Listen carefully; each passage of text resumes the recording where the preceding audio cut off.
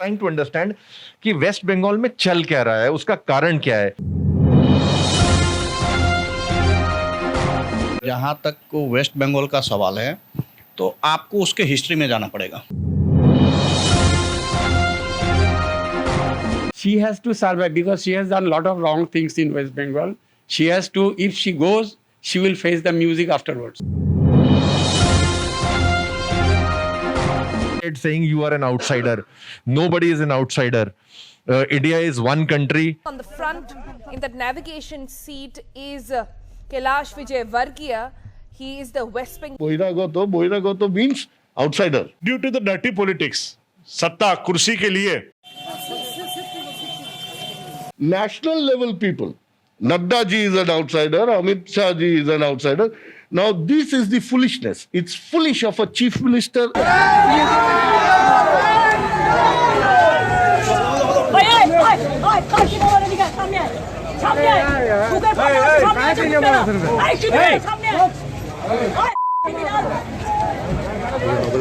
Good evening. Welcome to Samvad. Today there is a small attempt. We want to know the reality on the ground from the team who is well connected to the roots of West Bengal. In the media, we are hearing a lot of noise in terms of violence. Bengal is always known for its hospitality, sweetness, and mother goddess. Before we start, I would request the team to give their small introduction. Sir. I'm Sanjeev Pancholi. I'm a Central Gujarat media convener from Bharatiya Janata Party. Welcome to the discussion, sir. Thank you so much. Sir, over to you. I'm Ashok Gupta. I'm president of Banga Sanskriti Sangha, which is the first Bengali club in Baroda. It started in 1960. Thank you so much and welcome. Sir, over to you. मैं विश्वकांत तिवारी, उत्तर भारतीय मित्र मंडल का अध्यक्ष हूँ मैं यहाँ बड़ौदा का, और हम अपना एक निजी व्यवसाय है। बहुत बहुत स्वागत है सर आपका। Sir, over to you. Good evening. I am Shushanto Mukherjee, entrepreneur by profession. I am the president of another trust called Sanskritik Samanvay Manch in Baroda. I am a born and brought up person, born and brought up Bengali in Baroda. Thank you so much, welcome you all. Sir, ये discussion हम इसलिए करना चाहते हैं, पहली चीज़ मैं ये जानना चाहूँगा और संवाद में हमारे दर्शक ये जानना चाहते हैं कि आज की डेट में जब ये 2021 वेस्ट बंगाल का इलेक्शन अनाउंस ही हुआ है and there is some ground work which is going there, उसके चलते बहुत सारे पीसेस पे वायलेंस आ रहा है। We don't know. So the objective here is to understand ये जो noise है, ये वाकई में ground पे noise है कि नहीं है, and what is the view on those noise. So we will start with that. Violence has been a part of West Bengal politics for a long time. It has not taken birth now. It has actually taken birth from the CPM times, CPI, CPM government. So definitely violence is there. Politics in West Bengal is violent. But probably I would not stop myself from saying that, yes, media has helped to make it more exaggerated. Maybe it is not as bad as we see it in the media, but the fact is violence is a part of West Bengal politics. Now, as the fact is seen, the politics is now getting between the two major opponents, that is TMC and BJP. To be very frank, BJP probably didn't expect this kind of violence in any politics, because I don't think it can be termed as a violent party. So there has been a conflict that way. Yes, violence is a part of West Bengal politics. It has increased in magnitude, no doubt about it, which probably I feel is a sign of desperation from the ruling party at present. But maybe it's not as bad or as gory as probably the media narrative comes out to be. Sir, as you have said that violence has always been there, do you think that active media participation, people coming on social platform, that is taking into different trajectory? क्या वो कारण लगता है आपको? कारण मेरे हिसाब से थोड़ा सा tangent है. The challenge with today's media is it's not neutral. It might be a very big thing to say, but most of the medias are either on this side or on that side. That is the challenge. Therefore, media is seeing it through a colored bioscope or a colored spectacle, and therefore, whichever media has whichever point of view, that view gets more gory or the view gets more glamorous. There might be some media who would say, oh, there is not another peaceful place like West Bengal, and there will be another media exactly opposite who will say, there is not a worse place than West Bengal at present. So the actual scene very often gets overshadowed. So you're saying that media is working on extreme. So anybody has a counter to it? What do you feel? Thank you, sir. Definitely, I am much more agree with you, sir. But basically हमें रोज़ बरोज़ की दुनिया में जो पता चलता है वो actually Bengal की हम कोई चैनल्स तो देखते नहीं, वहाँ की लोकल चैनल्स हम देखते नहीं, पर जो अखबार आते हैं basically the times of India और द इंडियन एक्सप्रेस, जो मतलब जो बड़े मायने में पूरे देश में से उनका व्याप होता है, they are publish from enter country. तो we could come to know some things that there are the violence. Politics में वायलेंस तो हिंदुस्तान का नेचर रहा है. I don't want to demean any state. I have spent 20 years in UP and I have seen booth capturing on all those kind of days prior to 1993. But ये जिस प्रकार का violence हो रहा है, और स्पेशली ये वायलेंस वहीं पे हो रहा है जहाँ पे where Mamata and party is strong, and I don't have exact number, I don't know, still the number is going. The number which I've heard is 250 plus deaths so far of BJP workers. Do you want anyone to comment on that? देखिए, मैं दोनों आदमी के विचारों से सहमत हूँ, और जहाँ तक वेस्ट बंगाल का सवाल है तो आपको उसके हिस्ट्री में जाना पड़ेगा. सबसे पहले हमारे वेस्ट बंगाल का जब विभाजन हुआ आज़ादी के पहले, जब वो बांग्लादेश और वेस्ट बंगाल के रूप में एक देश क्रिएट हुआ और एक राज्य क्रिएट हुआ, तो उस टाइम से ही वहाँ दो धर्मों के बीच में खींचतान, ये आप लोग जानते भी हैं, सब लोग जानते हैं कि उस टाइम में ही एक दरार पड़ गई वहाँ पर, और उस दरार के कारण ये दरार जो है पॉलिटिक्स का हिस्सा बन गया. अब उस हिस्से में बनने के वजह से क्या हुआ कि एक माइनॉरिटी जो वहाँ पर थी, मतलब जो मुस्लिम आबादी थी, वो पर्टिकुलर एक पार्टी के साथ में वो लोग जुड़ गए. जुड़ने में क्या हुआ कि शुरू में वहाँ पर कांग्रेस के साथ माइनॉरिटी रहे, लेकिन CPM CPI को, कम्युनिस्टों को वहाँ अपनी जगह तैयार करनी थी, तो उनके लिए वो सबसे बेहतर राज्य समझ में आया. एक तो उन्होंने टारगेट किया था शुरू में पंजाब को, और दूसरा बंगाल को. क्यों? क्योंकि वहाँ वायलेशन हुआ था, वहाँ हिंदू मुस्लिम राइट हुआ था. तो उन लोगों ने ड्यूरिंग इंडिपेंडेंस, यस, तो उन लोगों ने इन दोनों राज्यों को टारगेट किया. दोनों राज्यों को टारगेट करने के बाद तीसरा राज्य था उनके लिए केरल, क्योंकि वहाँ भी वायलेशन हुआ था, और पहला भाषाई आधार पर राज्य का डिमांड हुआ था जो आंध्र प्रदेश के नाम से राज्य भी बना था. तो उन्होंने ये 3 कोने को टारगेट किया था. टारगेट में आगे चल के क्या हुआ कि CPM ने वहाँ हिंदू जो समाज था उसको छोटे बड़े जातिगत आधारों में पहले उन्होंने डिवाइड किया, और जो सवर्ण समाज था वहाँ पर उसके खिलाफ दुष्प्रचार करके और उसको विभाजित किया गया. विभाजित करने के बाद उन्होंने मुसलमानों को यह बताया कि भाई हम ही तुम्हारे रहनुमा हैं, तो तुम हमारे साथ आओ.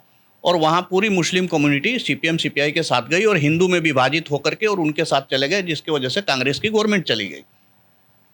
CPM ने वहाँ 35 साल तक शासन किया. उसमें उन्होंने क्या किया कि सबसे पहले क्या किया कि जो 4 बीघे ज़मीन वाली सिस्टम वहाँ लागू की, जो, लेकिन सबसे बड़ी समस्या क्या है कि वहाँ अभी जो हम देख रहे हैं ना, तो अभी हमारी आप लोगों जैसे मीडिया चैनल्स हैं ना, तो ये प्रॉब्लम तो शुरू से चला आ रहा है वहाँ पर, लेकिन अभी हम देख रहे हैं आँख से, हमको दिखाई दे रहा है, तो हमको लग रहा है कि ये चीज़ तो पहले हमने सुना ही नहीं था, हमने देखा ही नहीं था. लेकिन आपको याद होगा कि पहले हम ममता बनर्जी को विधानसभा का चुनाव जीत के जाने के बाद भी विधानसभा में नहीं घुसने दिया गया था, मारा गया था CPM द्वारा, सर फोड़ा गया था. जैसा सर ने बोला है कि ये हिस्ट्री ही है वहाँ पे. जी. So मैं एक सवाल कर लेता हूँ सर, आपसे मैं ये जानना चाह रहा हूँ because you have very vast experience and you have deep roots in Calcutta. तो हम कलकत्ता सॉरी वेस्ट बंगाल, कलकत्ता मेरे मुंह में इसलिए आ गया क्योंकि कलकत्ता कहा जाता है सिटी ऑफ जॉय, लेकिन पिछले 6 महीने साल भर से देख रहा हूं the joy is going, the culture is going, माँ Durga is always goddess is known for a protection, so but people are from away from there. हमको ये लग रहा है कि हिस्ट्री में हम जैसा सर ने बोला कि है कि वहां पे वायलेंस हमेशा रहा है राजनीति में, लेकिन क्या आपको लग रहा है कि इस समय हम वो जस्टिफाई कर रहे हैं या ये बिहेवियर एक मैच्योर्ड कंट्री का बिहेवियर सही है? वेस्ट बंगाल में जो चल रहा है ये mainly because there is a vast difference between two parties about their objectives. Trinamool and CPM. CPM wanted to keep people poor. By keeping them poor, they wanted to do their governance. But TMC, initially when Mamata Banerjee came, she came with a very good ideals. And after that, she transformed into a person who is also following the same rules which other state chief minister used to follow. So people found whom they thought will be their protector. She has also become a looter. So after that, she had lot of scam which are there. So government is trying to put CBI and other agencies against her. But she is making it is a political vendetta. Because of that, she has to survive because she has done a lot of wrong things in West Bengal. She has to, if she goes, she will face the music afterwards. So she is trying her best to use her influence on the common people so that she can retain the power and come out of that. And that's why she is doing all this propaganda against the central government. Sir, I would like to know from you, do you feel that it is an insecurity of current Mamata government which is showing this behavior? Because we are focusing on behavior and what is going in Calcutta right now. At the same time, because you have talked about the history and the background of Jyoti Basu as well as Mamata, you have shared that. We really want to know in last 25 years what kind of a work has been done, how the culture is getting damaged, and do you feel that it is a vindictive mentality to retain their position? सबसे पहले तो मैं एक बात में आपसे सहमत नहीं हूं. In the process of discussion, you said that political violence is present everywhere in India. Is it increasing in Calcutta? मैं बिल्कुल सहमत नहीं हूं. मैं गुजरात में रहता हूं. आज तक मुझे गुजरात में पॉलिटिकल वायलेंस आज तक नहीं दिखा है. सो गुजरात इज वन प्लेस जहां हम गर्व से कह सकते हैं कि पॉलिटिकल वायलेंस नहीं होता है. It's a very much a gentleman's politics. अभी मैं ये सवाल पे छोड़ दूंगा कि शायद इसलिए कि काफी टाइम से बीजेपी पावर में है, but that is a controversial statement. I leave it to the question. Now coming, whatever, but in Gujarat I feel proud to say, whatever be the reason, I have given one option maybe. Secondly, there is an increase in violence in West Bengal is definite.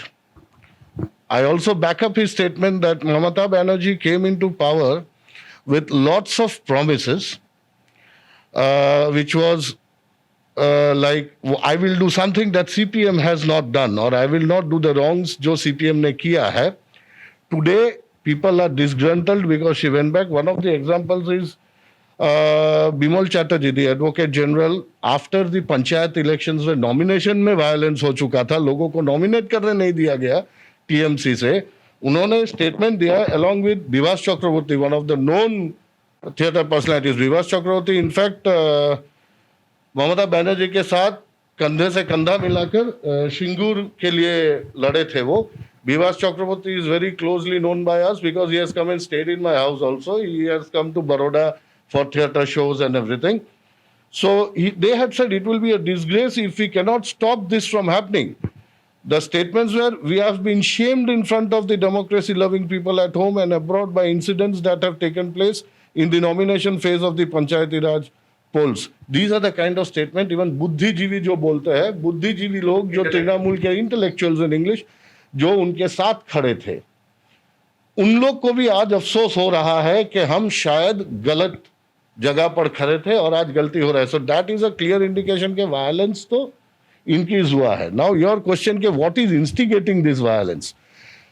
There are two things that is instigating this violence. One is as there is an जो apprehension था, जो दीधा मन में है लोगों का कि बंगाली तो स्वीट स्पीकिंग कल्चर है या Bengalis are known for culture. In Bengal you will find a distinct demarcation. एक तफावत है दो चीज में जो पैरेलल चलते हैं. एक है पॉलिटिक्स और एक है कल्चर. दोनों में कट्टरपंथी है.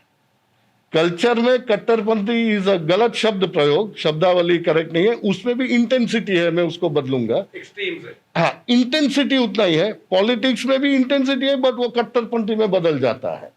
वो एक कारण है. So will find very good culture but the bad point of Bengali culture is Bengalis think that only we have culture. That's the कट्टरपंथी इन बंगाली. सो वो एक है. तो आपको सही कल्चर लिहाज बहुत अच्छा मिलेगा. लेकिन पैरेलली वही लोग पॉलिटिक्स में they have extreme thought processes and that also has taken birth from the CPM CPI era. अभी Mamata Banerjee came in as a rebel. She was a Congress rebel and people liked it because they were fed up with Congress. But when she got into power, as he rightly pointed out, what was TMC? TMC was, bolte na, ad hoc shifting of all CPM cadres into TMC. So gradually over a period of time, TMC is a second grade CPIM at present. That is what is happening and therefore the violence intensity has definitely increased. This has also got added up दो कारण से. एक है overall development India में बीजेपी के कारण दिख रहा है. There are two point of views but there are development that has taken place. India after a long time is taking a direction. नहीं तो बीच में तो ऐसा हो गया था India don't know what they want types. आज का दिन में एक डायरेक्शन ले रहा है. कैलकाटा के भी लोग तो इंडिया के ही लोग हैं. सो दे आर ऑल्सो सीइंग. सो एक पैरेलल थॉट प्रोसेस डेवलप हुआ है कि क्या हमको ये ऑप्शन नहीं हो सकता है. दैट हैज गिवन राइज के एक डेस्परेशन हो गया है टीएमसी में कि शायद एक ऑप्शन बीजेपी खड़ा हो जाएगा. वो एक option that is given a desperation. Now BJP is projected as a north Indian party in general, though Gujarat is not North Indian, BJP is here for God knows how many years. I'll come to that. So North Indian, but therefore they are desperately now trying to project them as outsiders, forgetting the fact that what he talked about during or just before partition, when West Bengal was divided into West Bengal and Bangladesh, it was solely, wholly and singularly Shama Prasad Mukherjee, a Bengali, who is the founder of Jansangh and BJP, who actually fought for the Hindus' rights and said that if West Bengal was in Bangladesh, they would be finished. And actually all Bengalis written back in Bangladesh has come down to 3% of population today from 13% or something, 30% or 13% during time of partition. So today's Bengalis, probably it would be a hard statement to say, but in one way or the other, should be indebted to Shama Prasad Mukherjee and should be happy with the baby that Shama Prasad Mukherjee gave birth to, the BJP. Bengal was saved by Shama Prasad Mukherjee because he stopped the partition. Otherwise, West Bengal would have gone to Pakistan, Bangladesh. Thank you so much, sir. Exactly. So the first debate discussion was the violence. Second, I really wanted to know whatever is coming from BJP. Now, keeping BJP aside, whatever is coming from central, whatever is coming from Supreme Court is outrightly rejected by West Bengal government. Is it that is what is a feel which is coming, whether it is NRC, whether it is other thing? देखिए, ये बड़ा आपका प्रश्न बड़ा मतलब बड़ा पेचीदा है. मैं कहूँगा कि जो टीएमसी ने किया है, सीपीआईएम ने किया है, और वो जो कांग्रेस आइडियोलॉजी है, कांग्रेस ने डिवाइड एंड रूल करके ही पूरे हिंदुस्तान में इतने साल निकाले हैं. और आज जो मुस्लिम लोग हैं, जो हमारे साथ में देश में एक कम्युनिटी उभर रही है और ज़्यादा हम लोगों से ज़्यादा मतलब वो लोग बढ़ भी रहे हैं. The percentage of the population जब 1947 में क्या था, आज क्या है, we know very well. And the same thing the population और Indian peoples, Hindustani people in Bangladesh और the Pakistan, they were 13-18% and they is lowered by 2-3% nowadays. तो एक तो बात यह है कि अभी हाल ही में यूपी का भी यही हाल था कुछ सालों पहले, जब तक योगी सरकार नहीं थी. तो बंगाल के लोगों ने देखा है अभी कि यूपी पहले 5 साल पहले, 4 साल पहले कहाँ था और आज कहाँ है. क्योंकि लॉ एंड ऑर्डर का अगर कोई बिगाड़ता है तो पॉलिटिशियंस ही बिगाड़ते हैं, उसको अगर संभालते हैं तो पॉलिटिशियंस ही संभालते हैं. और law and order with the development, that is basically BJP मंत्र. तो ये लोगों ने उत्तर प्रदेश में देखा है. Due to the dirty politics, सत्ता कुर्सी के लिए ये जो पहले सीपीआईएम ने किया, फिर अभी ये टीएमसी जो कर रही है, तो अभी लोगों की आंखें खुल गई है. क्योंकि पहले मीडिया इतना नहीं था, अभी यूट्यूब पर each and everything is available. मैंने तो केवल 2 अखबारों की बात कही, but many times it has been a small episodes on various TV channels also. पर अभी लोगों की आंखें खुली है. और पिछले 10 सालों में जो पूरी दुनिया में एक बदलाव आया है, इंटरनेट की क्रांति जो हुई है, हर जगह पर लोगों पे एजुकेशन भी बढ़ा है. 15-20 साल पहले जो एजुकेशन होता था उसके मुकाबले में आज लोग ज़्यादा, मतलब बच्चे भी ज़्यादा पढ़ रहे हैं, युवान भी ज़्यादा पढ़ रहे हैं. और हमारे जैसे मतलब जो 40-50 प्लस लोग हैं, वो लोग भी कुछ सीखने की चाह प्रतिदिन रखते हैं. तो उसके हिसाब से हम सभी को छोटी छोटी चीज़ें पता होती है, क्या गलत है क्या सही है. पहले वो लोगों को पता नहीं चलता था क्योंकि लोग अनपढ़ भी थे. तो आज everything is black and white. Awareness बढ़ रहा है. हाँ. सर मेरा एक और सवाल उसी से रिलेटेड है. जैसा आपने कहा कि एजुकेशन लेवल बढ़ रहा है, मैं एक चीज से आपसे मेरा मतभेद है, डिस्कनेक्ट है, जो भी मैं कहना चाहूंगा. ये कांग्रेस गवर्नमेंट थी, जैसा कि सर ने बताया था कि इंडिपेंडेंस के बाद क्या हुआ, ईस्ट बंगाल और वेस्ट बंगाल बना. ईस्ट बंगाल के अंदर प्रताड़ना इतनी बढ़ गई थी अपने उनके लोगों पे ही, people have started shifting to West Bengal, और उसमें मुस्लिम कम्युनिटी काफी आ रही थी. हाँ, तो उस समय हमारी प्रधानमंत्री इंदिरा गांधी ने ये डिसाइड किया और यूएन में जाके बोला कि अगर इस तरीके से पलायन होता रहेगा तो हमारी खुद की इकोनॉमी बिगड़ जाएगी. 71 में कांग्रेस ने ही स्टेप लिया और डिफीट किया पाकिस्तान को और ईस्ट वेस्ट बंगाल को फ्री किया. लेकिन अभी जो मानसिकता है अभी बिल्कुल विरुद्ध जा रही है. ममता जी क्या कर रही हैं, अब जो रोहिंग्या को इनवाइट कर रही हैं, जो ये कांग्रेस की बुद्धिजीविता के खिलाफ भी जा रही है और ऑल्सो द नेशनल थ्योरी के हिसाब से भी खराब जा रही है, गलत जा रही है. अभी ये जो आपका जो प्रश्न है कि भाई ये क्यों, मतलब हाँ, इसीलिए कि देखिए हर कम्युनिटी को अपना वो सपोर्ट चाहिए पॉलिटिकल, उनको भी एक सुकून चाहिए रहने के लिए. तो जो रोहिंग्यास और जो लोग आए हैं बंगाल में आए हैं बांग्लादेश से, तो उन लोगों को एक सुकून ऐसा हो गया है कि भाई हमें ममता जी की छत्र छाया में ही हम मतलब इस देश में रह सकते हैं. हम आते हैं बांग्लादेश से, हमारे यहाँ वोटर कार्ड बन जाता है, हमारा आधार कार्ड बन जाता है, हमारे रहने की जगह हो जाती है. वो उन लोगों को सब पता है, इसीलिए वो इनडायरेक्टली उनका ये पॉजिटिव वोट बैंक हो जाती है. तो वो ये पॉजिटिव, ममता जी को तो क्या है कि टीएमसी को तो सत्ता में रहना है, पर एक पॉजिटिव वोट बैंक बनने की वजह से उन लोग सुकून में रहते हैं. अभी आप बिहार का ही दाखला ले लो, तो ओवैसी जी ने एक बड़ी छलांग लगाई है उधर, और उसी के कारण कि काफी मतलब मुस्लिम जो वोट्स है वो कांग्रेस कहीं भी नहीं रही. कांग्रेस केवल 4थे नंबर पर भी नहीं, 2-3 सीट में कांग्रेस का बंटवारा मतलब वो खत्म हो गई. पर मेरा ये सवाल था कि क्यों ममता दीदी जो भी सेंटर से डिसीजन आते हैं, जो हमारे पुराने लीडर्स ने सही डिसीजन लिए हैं, जो बांग्लादेश का डिसीजन लिया था कि फाइट करो, पलायन यहाँ पे रोका जाए, अब रोहिंग्या को भी सपोर्ट करती हैं, सेंट्रल की हर चीज को गलत मानती है. तो ये चीज में आप भी कह रहे हैं कि गलत है. देखिए, हमें हिंदुस्तान में जो ऑलरेडी बसे हुए मुस्लिम है उनसे कोई मतभेद नहीं है. हमें प्रॉब्लम यह है कि जो इलीगल माइग्रेंट्स हैं उसके ऊपर कंट्रोल होना चाहिए, उसको भी ममता दीदी अलग तरीके से प्रोटेक्ट करती हैं। तो आप कुछ ऐड करना चाहेंगे सर? देखिए, अगर आप इन सब चीज़ों पर गौर करें ना, तो पहले तो देखिए हम बंगाल के पॉलिटिक्स की हिस्ट्री को समझें। बंगाल के पॉलिटिक्स में क्या है कि आप जो कांग्रेस हो या जनसंघ हो, दोनों के संस्थापक सदस्य बंगाल से ही रहे हैं।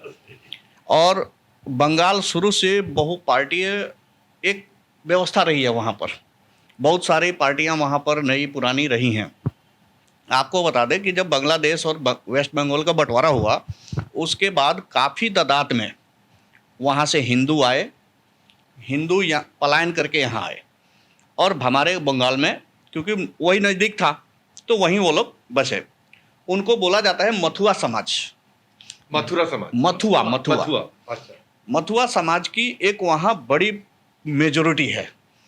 तो 1952 में जब जनसंघ ने चुनाव लड़े तो ये मथुआ समाज जो था, उनके मन में एक ऐसी भावना थी कि हम लोग जनसंघ को ही सपोर्ट करेंगे।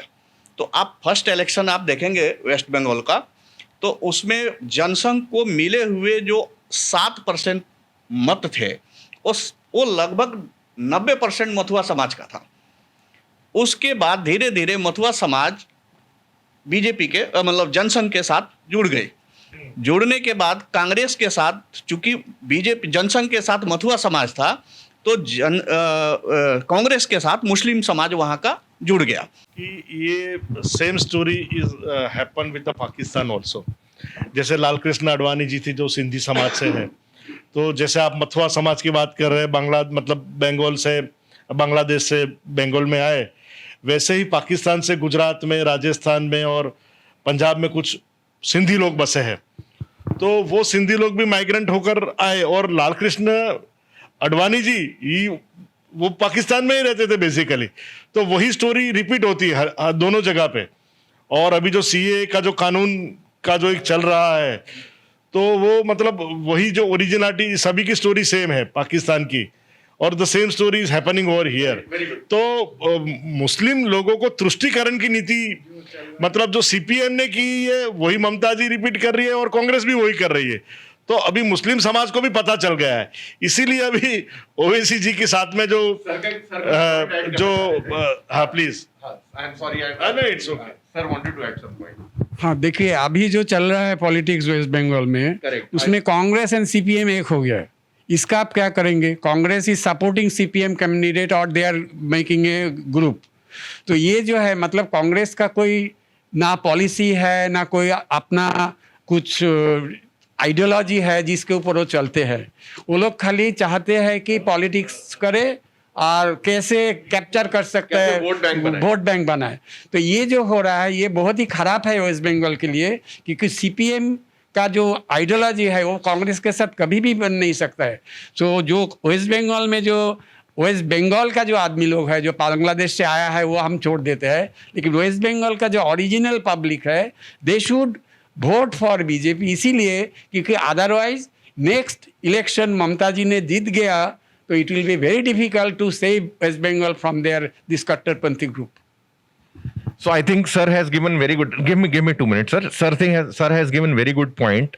यदि इस तरीके के राजनीतिक ध्रुवीकरण होता रहेगा, धर्म के आधार पे होता रहेगा, जो ओरिजिनल कल्चर है भी खत्म हो जाएगा, और बीजेपी को आउटसाइडर ट्रीट करना, आउटसाइडर बार बार मीडिया में शो करना बहुत ही ओछी राजनीति कहलाएगी।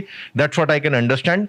Our discussion was more focused what is going in, we were trying to understand कि वेस्ट बंगाल में चल क्या रहा है, उसका कारण क्या है। बहुत सारे अच्छे इंसाइट सर से भी मिले कि इसके पीछे हिस्ट्री है, सर ने भी बताया कि उसके ऊपर कैसे कैसे डेवलपमेंट हुआ, इवन आपने बहुत फाइनल डिटेल दी है। सो अभी एक चीज मैं आपको बता दूं, अभी जो आप देख रहे हैं रोज टीवी पर, जो तृणमूल कांग्रेस से जो मिनिस्टर्स या एमएलएस जो इधर डाइवर्ट हो रहे हैं बीजेपी में, वो मतलब कोई ऐसा नहीं है कि बीजेपी कोई लोभ या लालच दे रही है जिसके वजह से हो रहे हैं। एक्चुअली क्या है कि ग्राउंड में जो ये मथुआ समाज है, इनकी 17% आबादी है वेस्ट बंगाल में। 17%, 17, और ये 17% आबादी पूरी तरह से बीजेपी के साथ शिफ्ट हो चुकी है। अभी अमित शाह जी वेस्ट बंगाल में गए थे तो जिस बंदे के यहाँ खाना खाए थे वो मथुआ समाज से ही आता है। अच्छा, किसान के यहाँ खाना खाया था? यस, वो मथुआ समाज का ही था। और ये 10 जिलों में जबरदस्त इफेक्ट डालते हैं। ये चीज सारे तृणमूल के विधायकों को दिखाई दे दिया है, और चूंकि मुस्लिम वोट ममता बनर्जी से डिवाइड हो रहा है, दूसरी जगह जा रहा है, तो वो देख रहे हैं कि हम अपना सीट निकाल पाना हमारे लिए संभव नहीं है। इस वजह से उनको एक ही रास्ता दिखाई दे रहा है, बीजेपी, क्योंकि 17% ये वोट एक मुश्त है। थोड़े बहुत भी परसेंटेज वोट अगर बढ़ जाते हैं बीजेपी के इनके अलावा, तो बीजेपी हर सीट को निकाल लेने में कामयाब रहेगी। मेन यही कारण है। वहां जो वायलेंस भी आप देख रहे हैं, वो ममता बनर्जी भी इस चीज को समझ रही हैं कि बीजेपी गवर्नमेंट बना लेगी।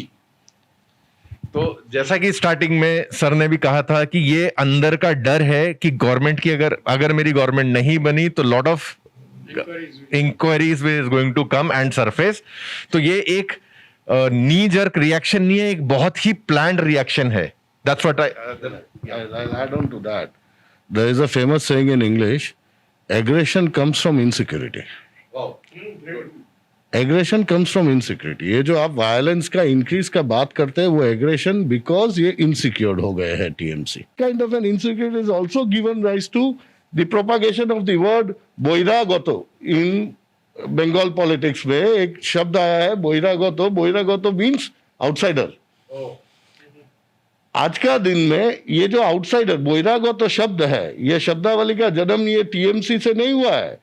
ये शब्दावली का जन्म अगेन सीपीआईएम के टाइम से हुआ है, जहां उन लोग कैडर संभालने के लिए ये हाल कर चुके थे कि अगर संतोषपुर एक जगह है इन कैलकाटा, साउथ कैलकाटा, वहां से अगर दमदम जाना हो, which is a place in north Calcutta, if you go by car, वहां का कैडर रोक के आपको हजारों सवाल करेगा, वहां का इलाका का आदमी इधर क्यों आया है।